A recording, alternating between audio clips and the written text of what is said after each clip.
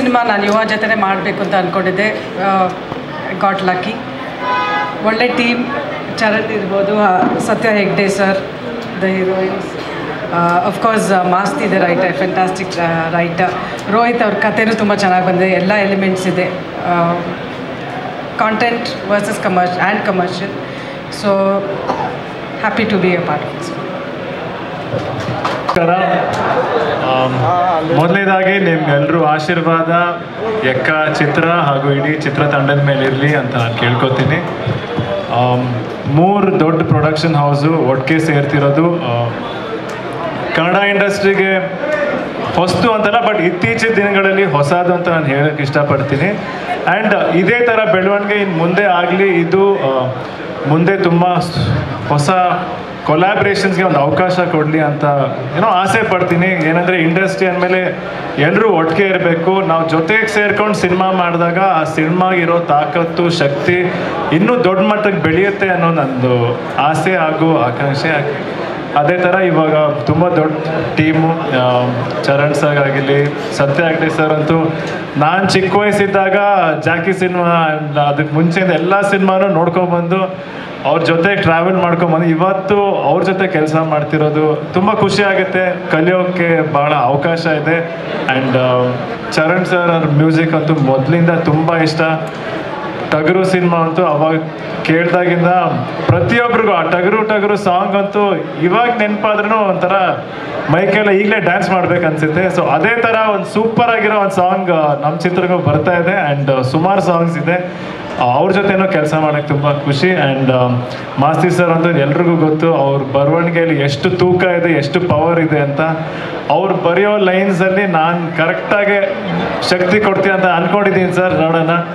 And of course Ashwini aunty ನನಗೆ ತುಂಬ ದೊಡ್ಡ ಸಪೋರ್ಟು ಪ್ರತಿಯೊಂದು ವಿಷಯದಲ್ಲಿ. ಆ್ಯಂಡ್ ನಮ್ಮ ಹೋಮ್ ಬ್ಯಾನರಲ್ಲಿ ಸಿನಿಮಾ ಬರ್ತಿರೋದು ನನಗೆ ತುಂಬ ಖುಷಿ ಆಗುತ್ತೆ. ಜೊತೆಗೆ ಜಯಣ್ಣ ಕಂಬೈನ್ಸ್ ಆ್ಯಂಡ್ KRG ಒಟ್ಟಿಗೆ ಸೇರ್ತಂದರೆ ಎಲ್ಲರೂ ನಮ್ಮ ಮನೆಯವ್ರ ಥರನೇ ಒಂದೇ ಬಿಲ್ಡಿಂಗಲ್ಲಿ ಇರೋದು. ಇನ್ಫ್ಯಾಕ್ಟ್ ಸೊ ಒಂದೇ ಬಿಲ್ಡಿಂಗಲ್ಲಿ ಸುಮಾರು ವರ್ಷ ಒಟ್ಟಿಗೆ ಇದ್ದು ಪ್ರತಿಯೊಂದು ಪ್ರೊಡಕ್ಷನ್ ಹೌಸಲ್ಲೂ ಒಂದು ಸ್ಟ್ರೆಂತ್ ಅಂತ ನಾನು ಹೇಳೋಕ್ಕೆ ಇಷ್ಟಪಡ್ತೀನಿ. ಆ ಸ್ಟ್ರೆಂತ್ ಎಲ್ಲ ಇವತ್ತು ಒಟ್ಟಿಗೆ ಸೇರಿಸಿ ಒಂದು ಒಳ್ಳೆ ಸಿನಿಮಾ ಬರ್ತಿದೆ ಅನ್ನೋದು ನಮಗೆಲ್ಲರೂ ನಂಬಿಕೆ. ನೀವೆಲ್ಲರೂ ಇಷ್ಟಪಡ್ತೀರಾ ಎಕ್ಕ ಸಿನಿಮಾನ ಅನ್ನೋದು ನಾನು ನಂಬಿದ್ದೀನಿ. ನಿಮ್ಮೆಲ್ಲರೂ ಆಶೀರ್ವಾದ ಯಾವಾಗಲೂ ಇರಲಿ ಅಂತ ನಾನು ಕೇಳ್ಕೊತೀನಿ. ಆ್ಯಂಡ್ ನಮ್ಮ ರೋಹಿತ್ ಸರ್ ಬಗ್ಗೆ ಹೇಳಬೇಕು ಅಂದರೆ ಅಫ್ಕೋರ್ಸ್ ಫಸ್ಟ್ ರತ್ನನ್ ಪ್ರಪಂಚ ನನಗೆ ತುಂಬ ಇಷ್ಟ ಆಗಿದ್ದ ಸಿನಿಮಾ. ಆ್ಯಂಡ್ ಅವ್ರು ತೆಗಿಯೋ ಸ್ಟೈಲ್ ಆಗಲಿ, ಅವ್ರು ಸಿನಿಮಾ ಮಾಡೋ ಸ್ಟೈಲ್ ಆಗಲಿ ನನಗೆ ಭಾಳ ಇಷ್ಟ. ಆ್ಯಂಡ್ ಈ ಫಿಲಿಮಲ್ಲಿ ಇನ್ಫ್ಯಾಕ್ಟ್ ತುಂಬ ಚೆನ್ನಾಗಿ ಬಂದಿದೆ ಕತೆ, ತುಂಬ ವೇರಿಯೇಷನ್ಸ್ ಇದೆ. ಆ್ಯಂಡ್ ಮಾಸ್ತಿ ಸರ್ ಹೇಳ್ದಂಗೆ ನನಗೆ ಆ್ಯಸ್ ಅನ್ ಆ್ಯಕ್ಟರ್ ಆ್ಯಕ್ಟ್ ಮಾಡೋಕ್ಕಂತ ತುಂಬ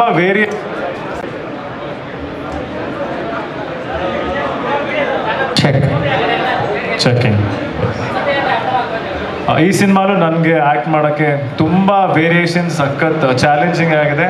ಆ್ಯಂಡ್ ಡೆಫಿನೆಟ್ಲಿ ನಿಮ್ಮ ಜೊತೆ ಟ್ರಾವೆಲ್ ಮಾಡೋಕ್ಕೂ ನಾನು ಕಾಯ್ತಾ ಇದ್ದೀನಿ sir. And heroine Sampada, all the best, ನಿಮಗೂ ಆಲ್ ದಿ ಬೆಸ್ಟ್. ಆ್ಯಂಡ್ ಎಲ್ಲರೂ ನಿಮ್ಮ ಆಶೀರ್ವಾದ ಯಾವಾಗಲೂ ಇರಲಿ ಅಂತ ಕೇಳ್ಕೊತೀನಿ. Thank you.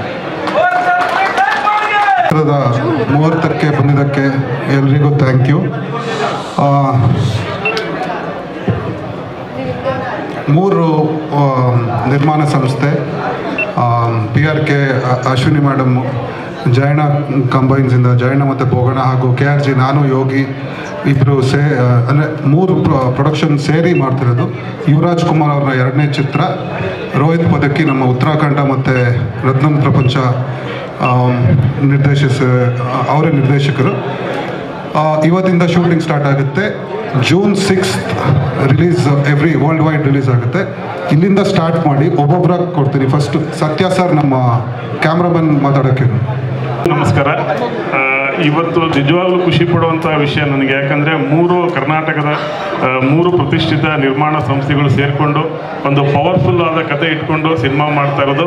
ಅದರಲ್ಲಿ ನಾನು ಪಾರ್ಟ್ ಆಗಿರೋದಕ್ಕೆ ನನಗೆ ತುಂಬ ಖುಷಿ ಇದೆ. ಮತ್ತು ಇದೇ ಸಂದರ್ಭದಲ್ಲಿ ಥ್ಯಾಂಕ್ಸ್ ಹೇಳೋಕ್ಕೆ ಇಷ್ಟಪಡ್ತೀನಿ. ಈ ಜವಾಬ್ದಾರಿನ ನಾನು ಚೆನ್ನಾಗಿ ನಿರ್ವಹಿಸಿ ಉತ್ತಮವಾಗಿ ಕೆಲಸ ಮಾಡ್ತೀನಿ ಅಂತ ಭರವಸೆ ಕೊಟ್ಟು ನನ್ನ ಮಾತನ್ನು ಮುಗಿಸ್ತೀನಿ. Thank you.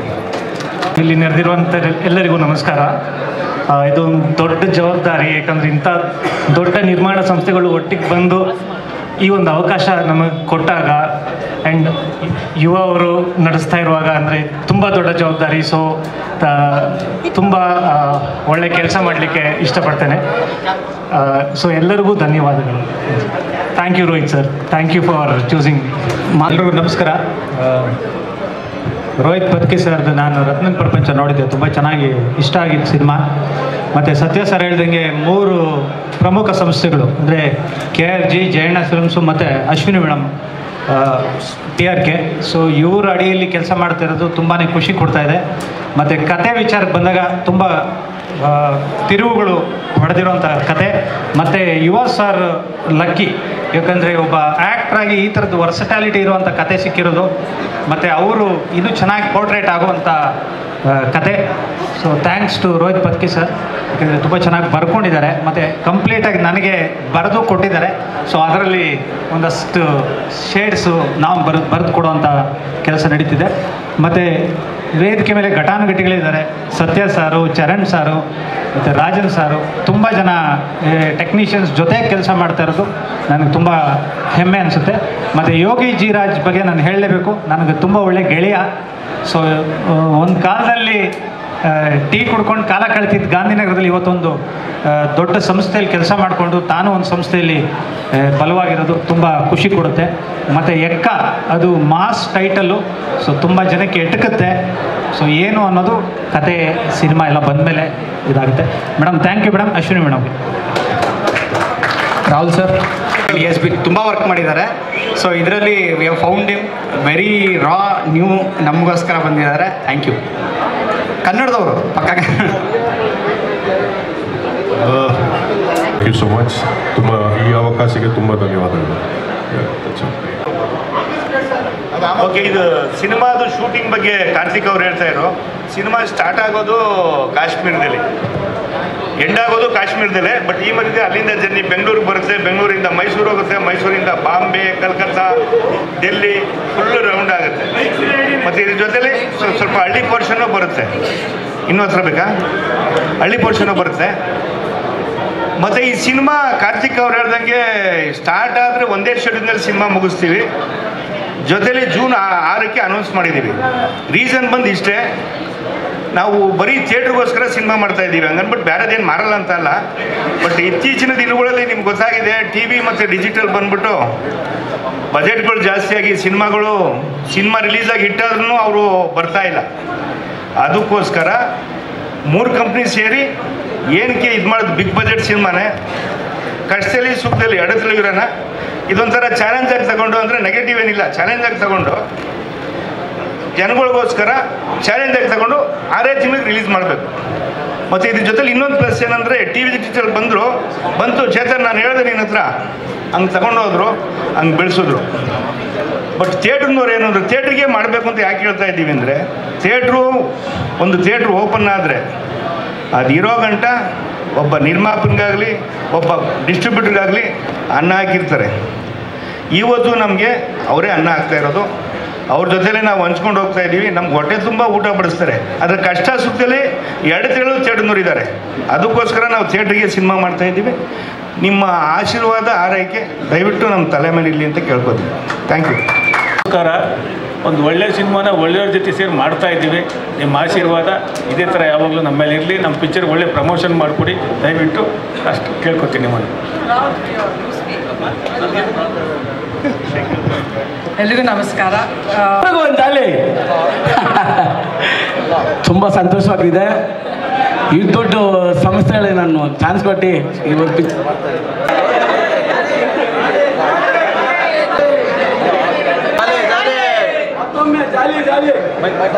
Jolly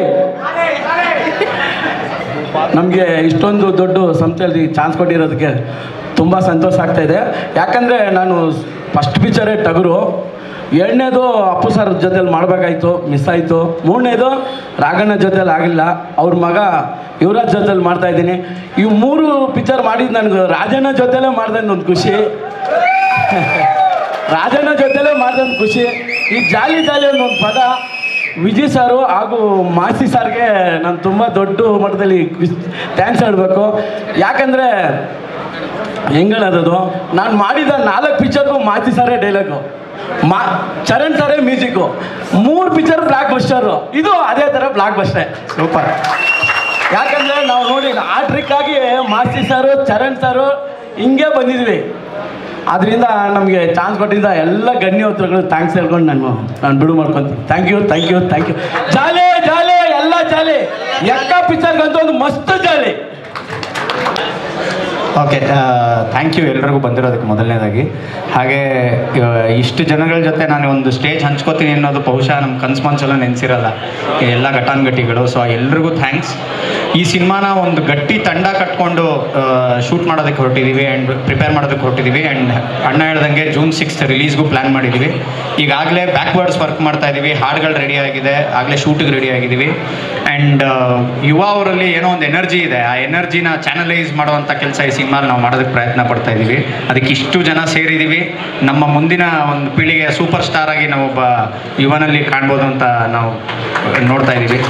and Sampada, she is a new face, ಹೊಸ ಇದು. ಆ್ಯಂಡ್ ಬೇರೆ ಸಿನಿಮಾಗಳು ಮಾಡಿದ್ದಾರೆ. ನಮ್ಮಲ್ಲಿ ಐ ಫೌಂಡ್ ತುಂಬ ಆ್ಯಕ್ಟಾಗಿ ಸೂಟ್ ಆಗ್ತಾರೆ ನಮ್ಮ ಪಾತ್ರಕ್ಕೆ ಅಂತ, ಹಾಗಾಗಿ ಅವ್ರು ಆ್ಯಕ್ಟ್ ಮಾಡ್ತಿದ್ದಾರೆ. ಆ್ಯಂಡ್ ನಾನು ಆಗಲೇ ಹೇಳ್ದಂಗೆ ಗಟ್ಟಿ ತಂಡ ಸತ್ಯ ಸರ್ರು, ಚರಣ್ ಅವರು, ಮಾಸ್ತಿ ಅವರು ಎಲ್ಲರೂ ಸೇರಿ, ದೀಪು ಸರ್ರು, ಆಮೇಲೆ ರಾಜನ್ ಅವರು, ಆರ್ಟ್ ಶಿವಕುಮಾರ್ ಮತ್ತು ಅಮರ್ ಇದ್ದಾರೆ. ಸೊ ಹೀಗೆ ನನ್ನ ಜೊತೆ ಕತೆ ಬರೆದಿರೋ ವಿಕ್ರಮ್ ಹತ್ವಾರು. ಸೊ ಎಲ್ಲರೂ ವಿ ಆರ್ ಆಲ್ ಒಂದು ಮಟ್ಟದಲ್ಲಿ ಸೀಸನ್ ಆಗ್ಬಿಟ್ಟು ಬಂದಿರೋವಂಥ ಒಂದು ತಂಡ ಇದು. So we are trying to give ಯಾವುದೋ ಒಂದು ಒಳ್ಳೆ ಸಿನಿಮಾ ಮಾಡೋಣ, ಚೆನ್ನಾಗಿ ಮಾಡೋಣ ಅನ್ನೋ ಇದ್ರ ಕುತೂಹಲದಲ್ಲಿದ್ದೀವಿ. ಆ್ಯಂಡ್ ಅಣ್ಣ ಹೇಳ್ದಂಗೆ ಪ್ರಾಪರ್ ಥಿಯೇಟ್ರಿಗೆ, ಯಾಕೆಂದರೆ ರತ್ನನ್ ಪ್ರಪಂಚ OTTಲಿತ್ತು, ಅದನ್ನು ನಾವು ಥಿಯೇಟ್ರಿಗೆ ಮಾಡಬೇಕು ಅಂತಿದ್ದು ಕೋವಿಡ್ ಟೈಮ್ಸ್. ಇದರಿಂದ ಈ ಸಿನಿಮಾ ಥಿಯೇಟ್ರಿಗೆ ಬಂದು ಥಿಯೇಟ್ರಲ್ಲಿ ಜನ ಮಜಾ ಮಾಡಿ ಹಬ್ಬ ಮಾಡಿ ಅದಾದಮೇಲೆ ನಾವು OTT ಇದರಲ್ಲಿ ನೋಡೋವಂಥ ಇದಕ್ಕೆ ತೊಗೊಂಬರೋಣ ಅಂತಿದ್ದೀವಿ. ಹಾಗೆಯೇ ಎಲ್ರಿಗೂ ಥ್ಯಾಂಕ್ಸ್. ನಮ್ಮ ಪ್ರೊಡ್ಯೂಸರ್ಸ್ಗೂ ನನ್ನನ್ನು ನಂಬಿರೋದಕ್ಕೆ ಮುಂಚೆ ಒಬ್ಬರಿಗೆ ಕತೆ ಹೇಳ್ತಿದ್ದೆ, ಇವಾಗ ಜೊತೆಗೆ ಕೂತ್ಕೊಂಡು ಮೀಟಿಂಗ್ ಮಾಡ್ಕೊಂಡು ಕತೆ ಹೇಳ್ತೀನಿ. ಸೊ ಎಲ್ರಿಗೂ ಥ್ಯಾಂಕ್ಸ್ ನನ್ನನ್ನು ನಂಬಿರೋದಕ್ಕೆ. ಆದಷ್ಟು ಒಳ್ಳೆ ಸಿನಿಮಾ ಮಾಡೋ ಪ್ರಯತ್ನದಲ್ಲೇ ಎಲ್ಲರೂ ಇದ್ದೀವಿ. Thank you so much. ಇದರಲ್ಲಿ ಯಾರು ಉತ್ತರ ಕೊಡೋಣ? ಇಲ್ಲ, ಅಶ್ವಿನಿ ಅವರು ಫಸ್ಟ್.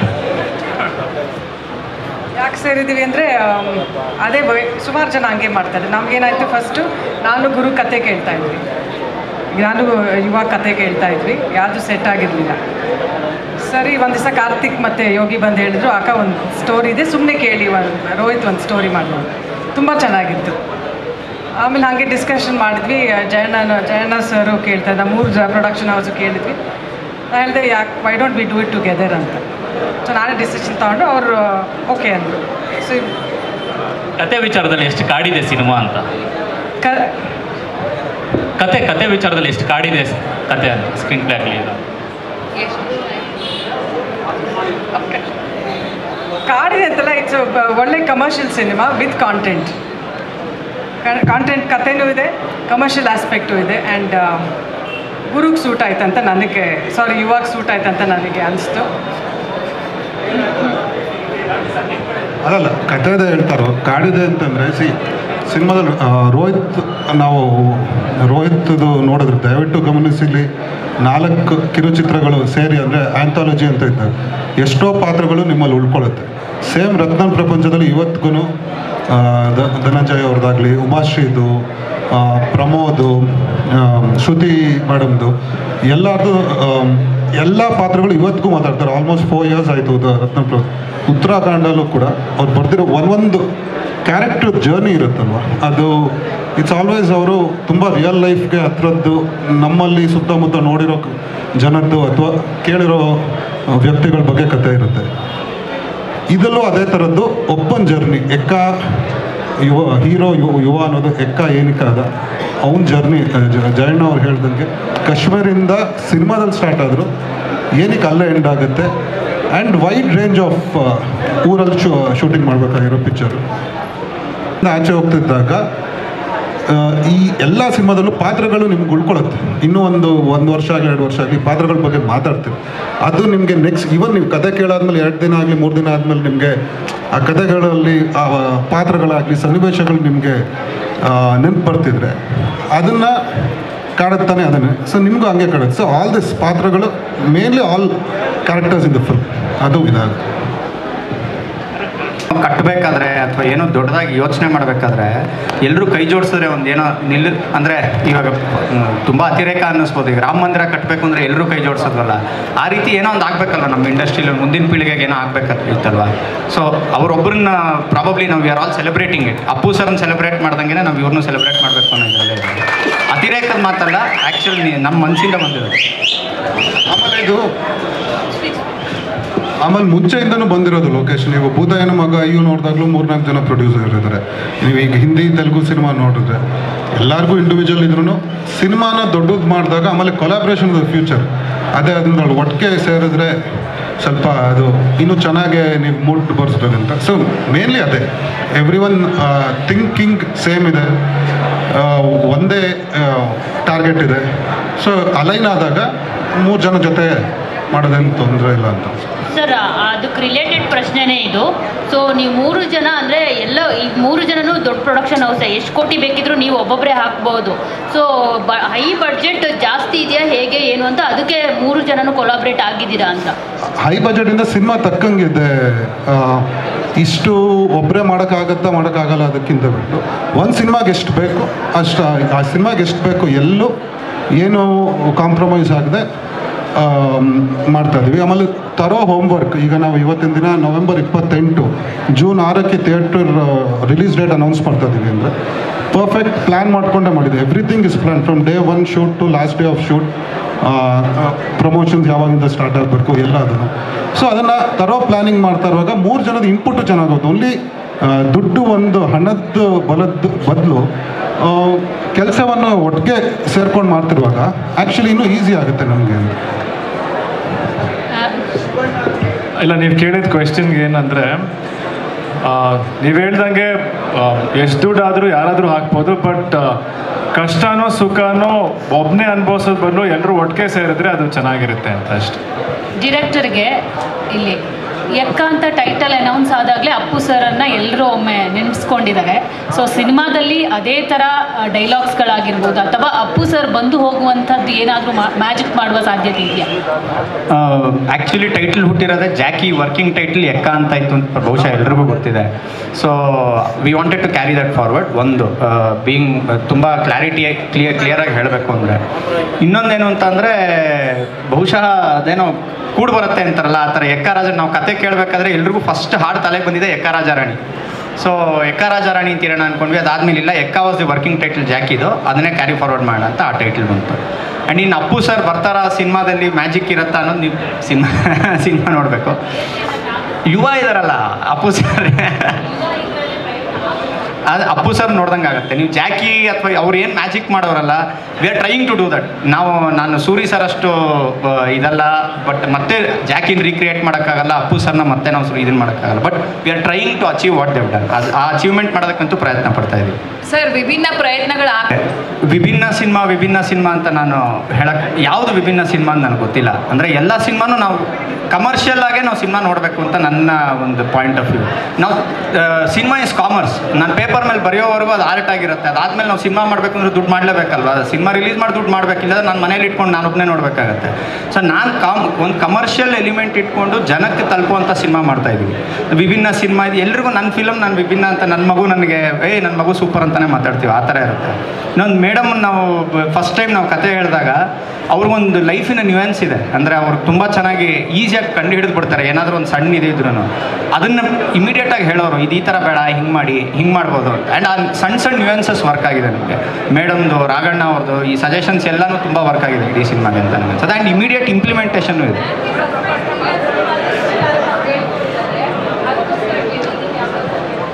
ಅಂದರೆ ಇದು proper out and out intense drama cinema ಇದು. ಅಂದರೆ ಹಾಗಾಗಿ ಅವರಿಗೆ ಬಹುಶಃ ಆ ಎಲಿಮೆಂಟ್ ಇಷ್ಟ ಆಗಿದೆ ಈ ಸರ್ತಿ ಅಂತ ನನಗೆ ಅನ್ಸುತ್ತೆ. ಆ್ಯಂಡ್ ಅದರ ಇನ್ನು ಸಜೆಷನ್ಸು ಇದೆ. ಎಕ್ಕ ಅಂತೂ ಪಕ್ಕಾ ಮಾಸೆ, 100% ಮಾಸೆ. ನೀವು ಆಲ್ರೆಡಿ ಪೋಸ್ಟರಲ್ಲಿ ನೋಡಿರ್ತೀರ, ಪಕ್ಕಾ ಮಾಸು. ಬಟ್ ತುಂಬ ಇಮೋಷನ್ಸ್ ತುಂಬ ಸ್ಟ್ರಾಂಗ್ ಆಗಿದೆ ಸಿನಿಮಾಲ್ಲಿ. ಬೇಸಿಕ್ಲಿ ಏನಂದರೆ ಪರಿಸ್ಥಿತಿ ಒಬ್ಬ ಮನುಷ್ಯನ ಹೇಗೆ ಬದಲಾಯಿಸ್ಬೋದು ಅಥವಾ ಹೇಗೆ ಬಿಹೇವ್ ಮಾಡಿಸುತ್ತೆ ಅನ್ನೋದು ಅಲ್ಲಿಂದ ಮಾಸ್ ಹುಟ್ಕೊಂಬರುತ್ತೆ. ಸೊ ಅದೇ ಮೇನ್ ಈ ಸಿನಿಮಾದ. ಸರ್ ಶಿವಣ್ಣ ಇದು ಮಚ್ಚಲ್ಲ, ಅದು ಆ್ಯಕ್ಚುಲಿ ಮಟನ್ ನೇತಾಕುವಂಥ ಒಂದು ಇದು ಅದು. ಸೊ ಅದನ್ನು ಎಳೆದ್ಬಿಟ್ಟು ಇಟ್ಕೊಂಡಿರ್ತಾರೆ ಅವರು ಅನ್ನೋದು ಫಸ್ಟ್ ಥಿಂಗ್. ಆ್ಯಂಡ್ ಆ ಇದು ಆ್ಯಂಡ್ ಓಮ್ಗೂ ಅಥವಾ ವಂಶಿಗೂ ದಯವಿಟ್ಟು ರಿಲೇಟ್ ಮಾಡ್ಕೊಳ್ಳೋದೇ ಬೇಡ. ಬಿಕಾಸ್ ಅದಾಗಲೇ ನೀವು ಹೇಳ್ದಂಗೆ ಒಂದು ಟ್ರಾವೆಲ್ ಆಗಿತ್ತು ಶಿವಣ್ಣ ಅವ್ರದ್ದು ಆಗಲಿ ಅಪ್ಪು ಸರ್ದು ಆಗಲಿ. ಇದು ಒಂದು ಮಾಸ್ ಎಲಿಮೆಂಟನ್ನ ತೋರಿಸೋದ್ರ ಜೊತೆಗೆ ಒಂದು ಕಂಟೆಂಟು ಇದೆ ಅದರಲ್ಲಿ. ಆ್ಯಂಡ್ ಅಂದರೆ ನೀವು ಕರೆಕ್ಟಾಗಿ ಆ ಪೋಸ್ಟ್ ಅಬ್ಸರ್ವ್ ಮಾಡಿದ್ರೆ ಎಲ್ಲೋ ಕಾರ್ನಲ್ಲಿ ಒಂದು ಟೆಡಿ ಬೇರು ಬಿದ್ದಿದೆ. So there is a story, ಅದರಲ್ಲೇ ಒಂದು ಕಥೆ ಇದೆ. ಸೊ ಅದನ್ನ ಇಟ್ಕೊಂಡು ಹೋಗ್ತಾ ಇದ್ದೀವಿ. ಬಹುಶಃ ಇದೆಲ್ಲ ಆದಮೇಲೆ ಯಾವತ್ತೋ ಒಂದಿನ ಅವ್ರು ಮಚ್ಚಿಡ್ದಾಗ ನೀವು ಈ ಪ್ರಶ್ನೆ ಕೇಳಿದ್ರೆ ಐ ಥಿಂಕ್. ಆ್ಯಂಡ್ ರೆಸ್ಪಾನ್ಸಿಬಿಲಿಟಿ ವಿಷಯ ಬಂದಾಗ ಹ್ಯೂಜ್ ರೆಸ್ಪಾನ್ಸಿಬಿಲಿಟಿ. ಒಂದು ಫ್ಯಾಮಿಲಿ ನಾವು ಕ್ಯಾರಿ ಫಾರ್ವರ್ಡ್ ಮಾಡ್ತಾ ಇದ್ದೀವಿ, ಒಂದದು. ಇನ್ನೊಂದು 3 ಜನ ಪ್ರೊಡ್ಯೂಸರ್ಸು. ಸೊ ಡೆಫಿನೆಟ್ಲಿ ರೆಸ್ಪಾನ್ಸಿಬಿಲಿಟಿ ಜಾಸ್ತಿ ಇದೆ. And it is a very easy responsibility because ಅವರು ನನಗೆ ಅಷ್ಟು ಚೆನ್ನಾಗಿ ನೋಡ್ಕೋತಿದ್ದಾರೆ. ಮನೆಯಲ್ಲಿ ಹೆಂಗೆ ಕೆಲಸ ಮಾಡ್ತಿರ್ತೀವೋ ಆ ರೀತಿ ಒಂದು ವಾತಾವರಣ ಸೃಷ್ಟಿಯಾಗಿದೆ. ಆ ಥರ ಒಂದು ವಾತಾವರಣ ಸೃಷ್ಟಿಯಾದಾಗ ಕೆಲಸ ಸುಲಭವಾಗುತ್ತೆ, ನಾವು ರೆಸ್ಪಾನ್ಸಿಬಿಲಿಟಿ ತೊಗೋಬೋದು. ಪ್ರೊಡಕ್ಷನ್ ಹೌಸ್ಗೆ ಸರ್ ಸಾಕಷ್ಟು ಸಿನಿಮಾಗಳು 3 ಕಾರಣಾಂತರಗಳಿಂದ ಮುಂದೆ ಹೋಗ್ತಾ ಇರುತ್ತೆ. ಸೊ ಇದು ಅದೇ ಕ್ಯಾಟಗರಿನೆಲ್ಲ June 6 ಪಕ್ಕ ಬರುತ್ತೆ ಸರ್. ಅದೇ ನಾನು ಆವಾಗಲೇ ಹೇಳ್ದಂಗೆ ರೋಹಿತ್ ಹೇಳಿದ್ರು ಬ್ಯಾಕ್ವರ್ಡ್ಸ್ ಪ್ಲ್ಯಾನ್ ಆಗಿದೆ ಅಂತ. ಇವತ್ತಿಂದ day 1 to day almost last day of ಶೂಟ್ವರೆಗೂ ಏನೇನು ಮಾಡಬೇಕು ಎಲ್ಲ ಪ್ಲ್ಯಾನ್ ಬ್ಯಾಕಪ್ ಇಟ್ಕೊಂಡೆ. ಕೆಲವೊಂದು ಸರ್ಕಮ್ಸ್ಟೆನ್ಸಸ್ ಏನು ಮಾಡೋಕ್ಕಾಗಲ್ಲ, ಅದೆಲ್ಲ ಬ್ಯಾಕಪ್ ಇಟ್ಕೊಂಡೇ ಮಾಡಿರೋದು. ಬಟ್ ಬೇರೆ ಸಿನಿಮಾ ಅನೌನ್ಸ್ ಮಾಡೋರು ಯಾರು ಸುಮ್ಮನೆ ರಿಲೀಸ್ ಡೇಟ್ ಅನೌನ್ಸ್ ಮಾಡಲ್ಲ, ಅದಕ್ಕೆ ಟಾರ್ಗೆಟ್ ಮಾಡಿರ್ತಾರೆ. ಕೆಲವೊಂದು ಸಿಚುವೇಶನ್ಗಳು ಆಗಲ್ಲ ಅದನ್ನು. ಬಟ್ ಇದರಲ್ಲಿ ನಾವು ಜಯಣ್ಣ ಅವ್ರು ಹೇಳ್ದಂಗೆ ನಾವೇನು ಟಿ ವಿ ಬಿಸ್ನೆಸ್ ಆಗಬೇಕು ಅಥವಾ OTT ಬಿಸ್ನೆಸ್ ಫಸ್ಟೇ ಆಗಬೇಕು ಆಮೇಲೆ ಬರ್ತೀವಿ ಅನ್ನೋದಿಲ್ಲ. ಡನ್ ಫಾರ್ ದಿ ಥಿಯೇಟರೇ ನಮ್ಮ ಫಸ್ಟ್ ರೆವೆನ್ಯೂ ಇದೆ, ಅದಂತೂ ಗ್ಯಾರಂಟಿ. ಸರ್ ಸಿನಿಮಾದಲ್ಲಿ ಇಬ್ರು ಹೀರೋಯಿನ್ನ ಒಬ್ಬರೇ ಹೀರೋಯಿನ್ನ ಸಿನಿಮಾ ಮುಗಿಯೋವರೆಗೂ ಇಬ್ರು ಹೀರೋಯಿನ್ ಇರ್ತಾರ?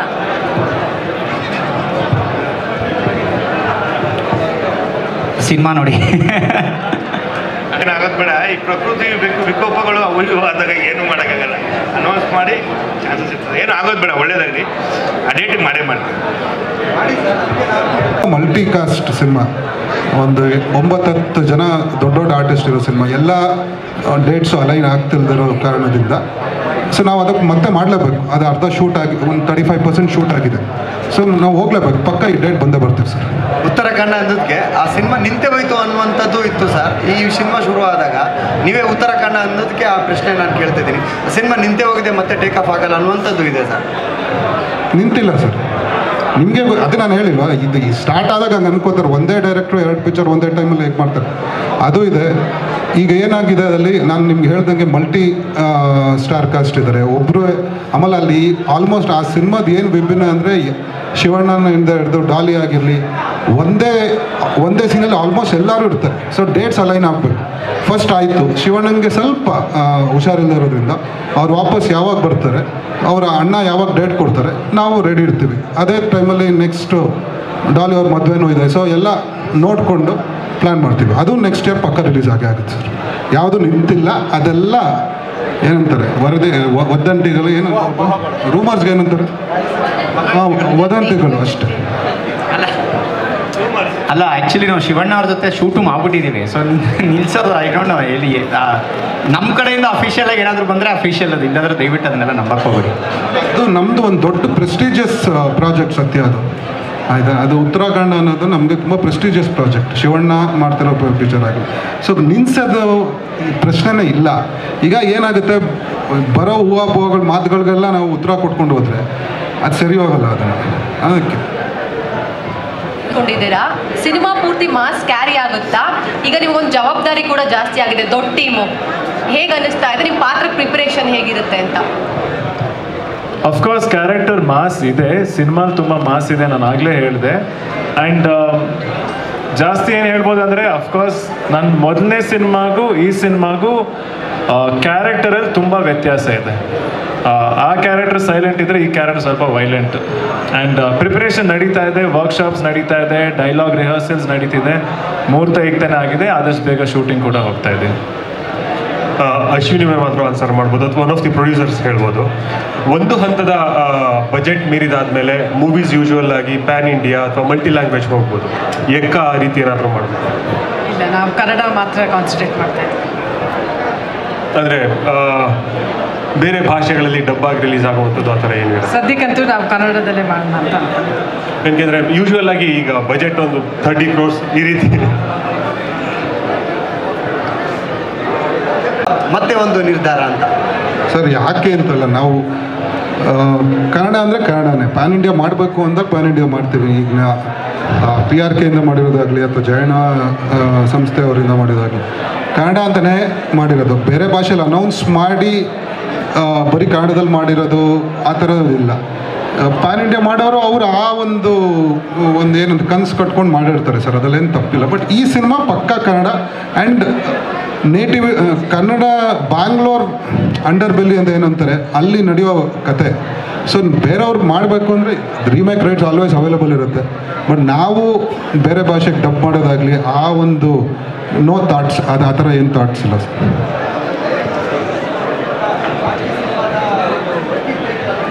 ಅಂದರೆ ತುಂಬ ಪ್ರಾಕ್ಟಿಕಲ್ ಆಗಿ ಹೇಳಬೇಕು ಅಂದರೆ, ನಾನು ಫ್ಯಾನ್ಸ್ಗೆ ಸಿನಿಮಾ ಮಾಡೋದು ಅಥವಾ ಆಡಿಯನ್ಸ್ಗೆ ಸಿನಿಮಾ ಮಾಡೋದಕ್ಕಿಂತ ಮುಂಚೆ ಐ ಥಿಂಕ್ ನಮಗೋಸ್ಕರ ನಾವು ಫಸ್ಟು ಇದು ಚೆನ್ನಾಗಿದೆ ಅನಿಸಿದಾಗೇ ನಾನು ಸಿನಿಮಾ ಮಾಡೋದಕ್ಕೆ ಹೋಗೋದು.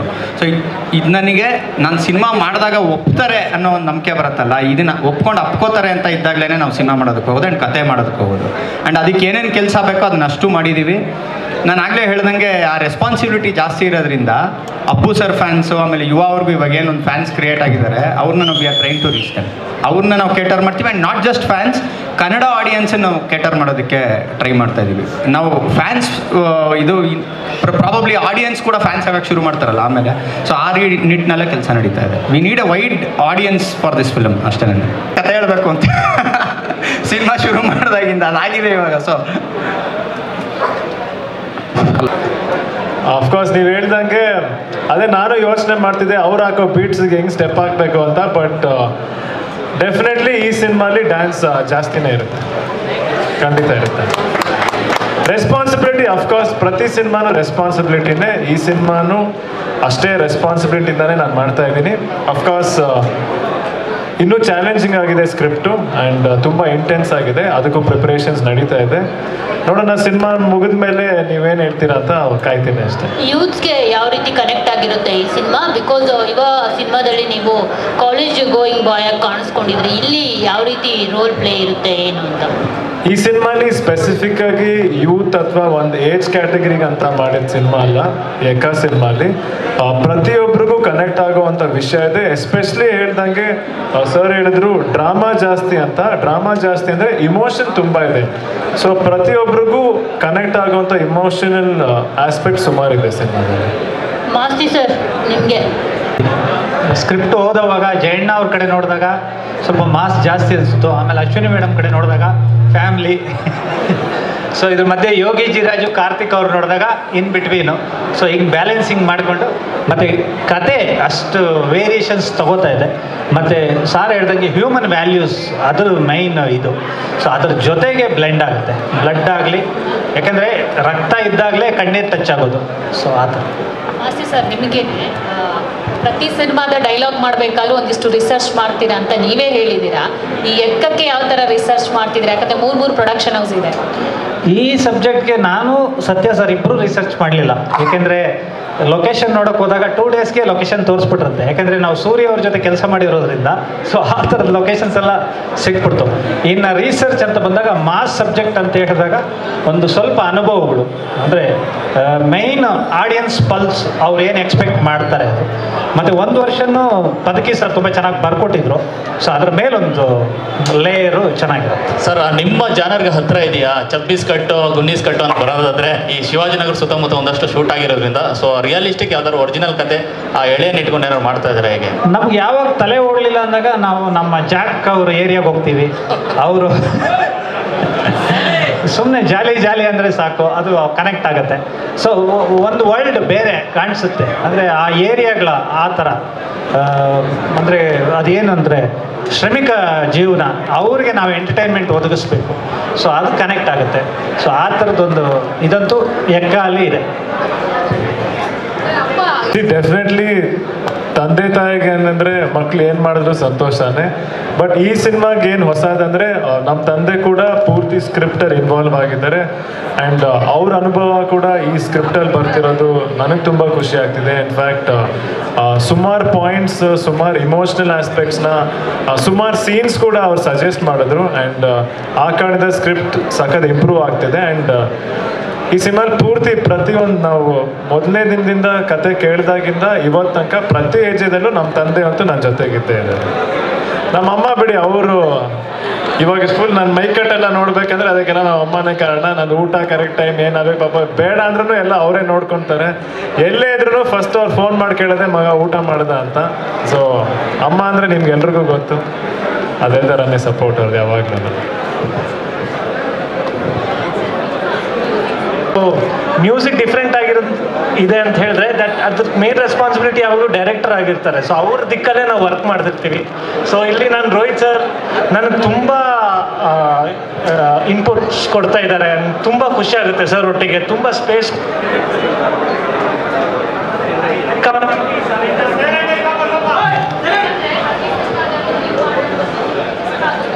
ಪ್ರೋಸೆಸ್ಸಲ್ಲಿ ಇದ್ದೀವಿ. ನಾನು ರೋಹಿತ್ ಸರ್ ಕಂಪೋಸ್ ಮಾಡ್ತಾ ಇದ್ದೀವಿ. ಸೊ ಇವಾಗ ಒಂದು ಹಾಡು ಕಂಪೋಸ್ ಮಾಡಿದ್ದೀವಿ. ಸೊ ಎಲ್ಲ ಹಾಡು ತುಂಬ ಮಟ್ಟಿಗೆ ಹಿಟ್ ಆಗಬೇಕಂತ ನಮ್ಗೆ ಆಸೆ ಇರುತ್ತೆ. ಸೊ ಆ ನಿಟ್ಟಿನಲ್ಲೇ ಕೆಲಸ ಮಾಡ್ತಿದ್ವಿ. ಅಂದರೆ ಎಲ್ಲ ಡಿಫ್ರೆಂಟ್ ಆಗಿದ್ರೂ ತುಂಬ ಕ್ಯಾಚಿ ಆಗಿರ್ಬೇಕಂತ ಕೆಲಸ ಮಾಡ್ತಾ ಇದ್ದೀವಿ. ಆ್ಯಂಡ್ ಅಫ್ಕೋರ್ಸ್ ಯುವ ಸರ್ಗೂ ಅದು like he should enjoy that performing. So ಅದೆಲ್ಲ ಫ್ಯಾಕ್ಟರ್ಸ್ ಇಟ್ಕೊಂಡು ಕೆಲಸ ಮಾಡ್ತಿದ್ವಿ ಮೇಡಮ್. ಎಕ್ಕ ಡೈಲಾಗ್ ಇನ್ನೂ ಬರ್ದವ್ರಮ್ಮ, ಬಟ್ ನಾನು ಕತೆ ಕೇಳುವಾಗ ಕೆಲವು ಸೀನ್ ಹೇಳ್ಬೋದು, ಬಟ್ ಪ್ರಾಪರ್ ಡೈಲಾಗ್ ಅಂತೂ ಇನ್ನೂ ಗೊತ್ತಿಲ್ಲ. ಅದೇ ಚೂಟು ಪತ್ತಡ ಅಂದರ್ ಬಾಯರ್ ಗೊತ್ತಲ್ಲ ನಿಮಗೆ? ಅಂದರ್ ಬಾಯರ್ ಆಡೋದು ಗೊತ್ತಲ್ಲ? ಅಂದರ್ ಬಾಹರ್ ಅಂದರ್ ಚೂಟ್ ಪತ್ತಡ್. ಬಟ್ ಒಂದೊಂದು ಊರಲ್ಲಿ ಆ ಇದಕ್ಕೆ ಒಂದೊಂದು ಇರ್ತದೆ. ಈಗ ಸಾರ್ ಹೇಳ್ದಂಗೆ ಶಿವಾಜಿನಗರ ಹೇಳಿದ್ರೆ ಯಾರ ಕೇಳಲ್ಲ, ಶಿವಾಜಿನಗರ ಅಲ್ಲಿ ಚಬೀಸ್ ಕಟ್ಟು ಗುನೀಸ್ ಕಟ್ಟು. ಬಟ್ ನಮ್ಮಳ್ಳಿ ಕಡೆಯಲ್ಲಿ ಚೂಟು ಪತ್ತಡ್ ಅಂದರ್ ಬಾಯರ್ ಮತ್ತೆ ಮುಕುಮ್ ಯಾವುದು ಅಂತ ಕೇಳ್ತಾರೆ. ಆ ನಂಬರು ಇಲ್ಲ ರಾಜನೋ ರಾಣಿನೋ ಅದು ಹೇಳ್ಬೇಕಮ್ಮ, ಆ ಥರದ್ದಿದೆ. ನಾವು ಆಡೋದು 13 cards, not 3 cards. Time pass game.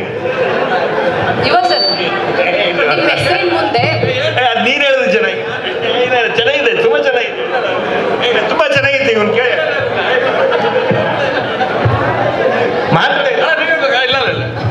ಇಲ್ಲ, ಅವನು ಏನು ಹೇಳಿದ್ರೆ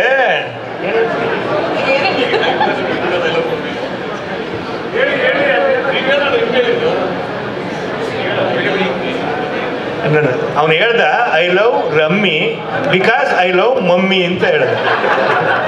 ಜೂನಿಯರ್ ಪವರ್ ಸ್ಟಾರ್ ಮತ್ತೆ ಪವರ್ ಪ್ರಿನ್ಸ್ ಅನ್ನೋ ಬೋರ್ಡ್ ಬಿದ್ದಿದೆ. ಈ ಲೆಗಸಿನ ಕಂಟಿನ್ಯೂ ಮಾಡೋದು ನೀವು ಪರ್ಫೆಕ್ಟ್ ಅಂತಾರೆ ಅಭಿಮಾನಿಗಳು. ಇದಕ್ಕೆ ನೀವೇನು ಹೇಳ್ತೀರಾ? ಅದಕ್ಕೆ ನಾನೇನು ಹೇಳೋದು, ನನ್ನ ಕಡೆಯಿಂದ ಯಾವಾಗಲೂ ನಾನು ಕಷ್ಟ ಆಗಲಿ ಪರಿಶ್ರಮ ಅದು ಮಾಡಲೇಬೇಕು, ಅದನ್ನು ಮಾಡ್ತಾನೆ ಇರ್ತೀನಿ. ಆ್ಯಂಡ್ ಪ್ರೀತಿಯಿಂದ ಅವ್ರು ಯಾವಾಗಲೂ ಪ್ರೀತಿಯಿಂದ ಸುಮಾರು ಹೆಸರಿಂದ ಕರಿತಾನೆ ಇರ್ತಾರೆ. ಒಂದೇನಂದರೆ ಅಫ್ಕೋರ್ಸ್ ಸುಮಾರು ಸತಿ ಹೇಳಿದ್ದೀನಿ, ನಮ್ಮ ಚಿಕ್ಕಪ್ಪನ ಜಾಗ ನಾನಾಗಲಿ ಯಾರು ತೊಗೊಳಕ್ಕಾಗಲ್ಲ. ಬಟ್ ಅವ್ರ ಪ್ರೀತಿಯಿಂದ ಕರೆಯೋದು ಭಾಳ ಸಂತೋಷ ಆಗುತ್ತೆ. ಆ್ಯಂಡ್ ಅವ್ರ ಪ್ರೀತಿ ಯಾವಾಗಲೂ ನನ್ನ ಮನಸ್ಸಲ್ಲಿ ಇಟ್ಕೊಂಡಿರ್ತೀನಿ. ನಾವಿವಾಗ ಅದೇ ಮೇಡಮು ಅದನ್ನೇ ಫಸ್ಟ್ ಹೇಳಿದ್ದೇನು ಅಂದರೆ, ಅಪ್ಪು ಸರ್ನ ನಾವು ಮತ್ತೆ ಇಲ್ಲಿ ರೀಕ್ರಿಯೇಟ್ ಮಾಡೋದಕ್ಕಂತೂ ಆಗೋದಿಲ್ಲ. ಸೊ ಅಂದರೆ ನಾವು let us not compare Yuva to Appu sir anymore ನನ್ನ ಪ್ರಕಾರ. ಯಾಕೆಂದರೆ Yuva has a different identity. Appu ಸರ್ನ ನಾವು ಮುಟ್ಟಕ್ಕೆ ಆಗೋದೇ ಇಲ್ಲ. ಆ್ಯಂಡ್ ಅದು ಮೇಡಮ್ದು ಕೂಡ ಅದೇನೇ ಆಶಯ ಆ್ಯಕ್ಚುಲಿ. ಸೊ ನಾವು I think we should not be relating ಪದೇ ನೀವು ಅಪ್ಪು ಸರ್ನ ನಾವು ಇದನ್ನು ಮಾಡ್ತೀವಿ ಬಿಕಾಸ್ ಅದು ನಾವು ಅಪ್ಪು ಸರ್ಗೆ ಇದನ್ನು ಮಾಡಬಾರ್ದು. ಈಗ ಯುವ should start his own journey. I think ಆ ಒಂದು ನಿಟ್ಟಿನಲ್ಲಿ ನಾವು ಕೆಲಸ ಮಾಡಬೇಕು ಇಡೀ ಸಿನಿಮಾದಲ್ಲಿ. ನಾವು ಡಿಸೈಡ್ ಮಾಡಿರೋದು ಈ ಫಿಲಮಲ್ಲಿ. ಆ್ಯಂಡ್ ನೀವು ಆಗಲೇ ಕೇಳ್ದಂಗೆ ಸಿನಿಮಾಲ್ಲೂ ಕೂಡ ಅಪ್ಪು ಸರ್ ಅದೊಂಥರ ಗಿಮಿಕ್ ಅನ್ನಿಸ್ಬಿಡ್ಬಾರ್ದು. ನಾವು ಅಪ್ಪು ಸರ್ಗೆ ನಾವು ಒಂದೇನೋ ಒಂದು ಸೆಲೆಬ್ರೇಟ್ ಮಾಡ್ತಿದ್ದೀವಿ ಅವ್ರನ್ನ ನಮ್ಮ ಒಂದು ರೀತಿಯಲ್ಲಿ. ಈಗ ದೇವ್ರ ಥರ ನೋಡ್ತಿರೋಂಥ ಅಪ್ಪು ಸರ್ನ ನಾವು ತೊಗೊಂಬಂದು ಮತ್ತೆ ನೋಡಿ ಇದನ್ನ ಅದು ಐ ಥಿಂಕ್ ಅದು ಗಿಮಿಕ್ ಆಗ್ಬಿಡಬಾರ್ದು ಅಂತ ಅನ್ಸುತ್ತೆ. ಸೊ ಅಲ್ಲಿಗೆ ನಾವು ಲಿಮಿಟ್ ಮಾಡಿದ್ದೀವಿ. ಈಗ ಏನಿದ್ರು ಯುವ ಅವ್ರ ಜರ್ನಿ ಬಗ್ಗೆ ಕಾನ್ಸಂಟ್ರೇಟ್ ಮಾಡ್ತಾ ಇದ್ದೀವಿ ಅಪ್ಪು ಸರ್ ಆಶೀರ್ವಾದದಿಂದ. ಕೊನೆಯದಾಗಿ ಇಲ್ಲಿ ಈ ಸಿನಿಮಾದಲ್ಲಿ ಹಲವಾರು ನಟರಿದ್ದಾರೆ. ಸೊ ಸ್ಟಾರ್ ಕಾಸ್ಟ್ ಮತ್ತು ಕ್ರೂ ಹೇಳ್ಬಿಡ್ತೀನಿ. ಅದಾದಮೇಲೆ ಇಲ್ಲಿ ಬಂದಿದ್ದಕ್ಕೆ ಥ್ಯಾಂಕ್ ಯು ಅಂತ ಹೇಳೋಕ್ಕೆ ಮುಂಚೆ ಯುವ ಮತ್ತು ಸಂಪದ ಅವ್ರ ಜೊತೆ ಅತುಲ್ ಕುಲಕರ್ಣಿ ಅವರು ತುಂಬ ದೊಡ್ಡ ಒಂದು ರೋಲ್ ಪ್ಲೇ ಮಾಡ್ತಿದ್ದಾರೆ. ರಾಹುಲ್ ದೇವ್ ಶೆಟ್ಟಿ ಇದ್ದಾರೆ, ಆಮೇಲೆ ಶ್ರುತಿ ಮೇಡಮ್ ಮಾಡ್ತಿದ್ದಾರೆ, ಆಮೇಲೆ ಡಾಕ್ಟರ್ ಸೂರಿ ಬಗೀರಾ ಡೈರೆಕ್ಟರ್ ಅವರು ಇದರಲ್ಲಿ ಒಂದು ಪಾತ್ರ ಮಾಡ್ತಿದ್ದಾರೆ. ಪೂರ್ಣಚಂದ್ರ ಮೈಸೂರು ಅವರು ಆರ್ಕೆಸ್ಟ್ರಾ ಚಿತ್ರದ ಹೀರೋ ಹಾಗೂ ಇದರಲ್ಲೂ ಒಂದು ತುಂಬ ಇಂಪಾರ್ಟೆಂಟ್ ರೋಲ್ ಮಾಡ್ತಿದ್ದಾರೆ. ಜಾಲಿ ಜಾಕ್ ಅವರು, ನಿಮಗೆ ಗೊತ್ತಿರೋಂಗೆ ಅವ್ರು ಬಂದಾಗ ನೀವು ಸಿನಿಮಾ ಇಲ್ಲಿ ಹೇಗೆ ವಿಸಲ್ ಹೊಡಿದ್ರಿ, ಸಿನಿಮಾದಲ್ಲಿ ಅವರು ಒಂದೊಂದು ಸೀನ್ ಕೂಡ ಅಷ್ಟೇ ವಿಸಲ್ ವರ್ತಿ ಸೀನ್ಸ್ ಇದೆ. ಪುನೀತ್ ರುದ್ರನಾಗ್ ಮತ್ತು ಆರ್ಯ ಶ್ರೀರಾಮ್ ಅಂತ ಒಂದು ಮಗು ಈ ಸಿನಿಮಾದಲ್ಲಿ ಆ್ಯಕ್ಟಿಂಗ್ ಮಾಡಿ ತುಂಬ ಪ್ರಮುಖವಾಗಿ ಪಾತ್ರ ಪ್ಲೇ ಮಾಡ್ತಿದೆ. ಅವರು ಏನಂದರೆ ನಮ್ಮಮ್ಮ ಸೂಪರ್ ಸ್ಟಾರದಲ್ಲಿ ಕಾಣಿಸ್ಕೊಂಡಿದ್ರು.